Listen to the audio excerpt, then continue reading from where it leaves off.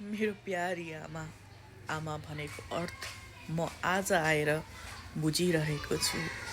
आमा भनेको के हो, आमाको शब्द के हो, आमाको स्पर्श के हो, आमाको साथ के हो, म आज आएर बुझ्दै गइरहेछु।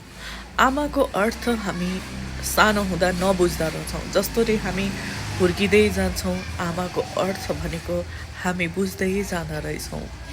आमा तिमीबाट टाढा आएपछि मैले थाहा पाएँ तिम्रो मेरो लाइफमा कति इम्पोर्टेन्ट छ। तिमी भनेको के रहेछौ, आमा भनेको महत्त्व के रहेछ मैले चाल पाएँ। हुन त म बेला बेलामा रिसाउँछु, त्यसको लागि मलाई धेरै धेरै माफ गरिदिनु मेरो मम्मी।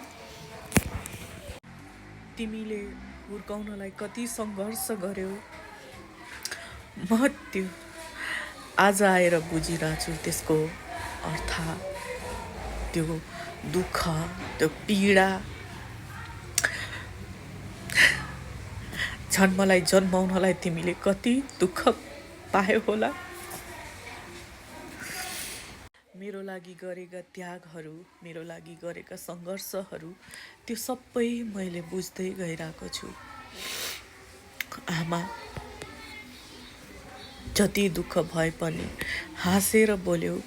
मलाई त थाहा पनि पाउन दिएनौ कि तिमी कति दुःख पीडामा हिँडिरहेछौ। शब्दले, कुनै पनि शब्दले तिमीले गरेका कुराहरू अहिलेसम्म पनि बयान गर्न सक्दैन। Happy mother's day.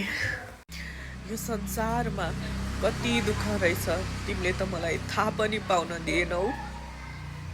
यो संसारबाट मलाई सधैँ आफ्नो शीतल आँचलले ढाकेर राख्यौ। आमा म त शब्दमा केही बयान पनि गर्न सक्दिनँ। मेरी प्यारी आमा, आई लभ यु। मैले सबै गरेका गल्तीहरूलाई माफ गरिदिनु होला मेरी आमा। I love you.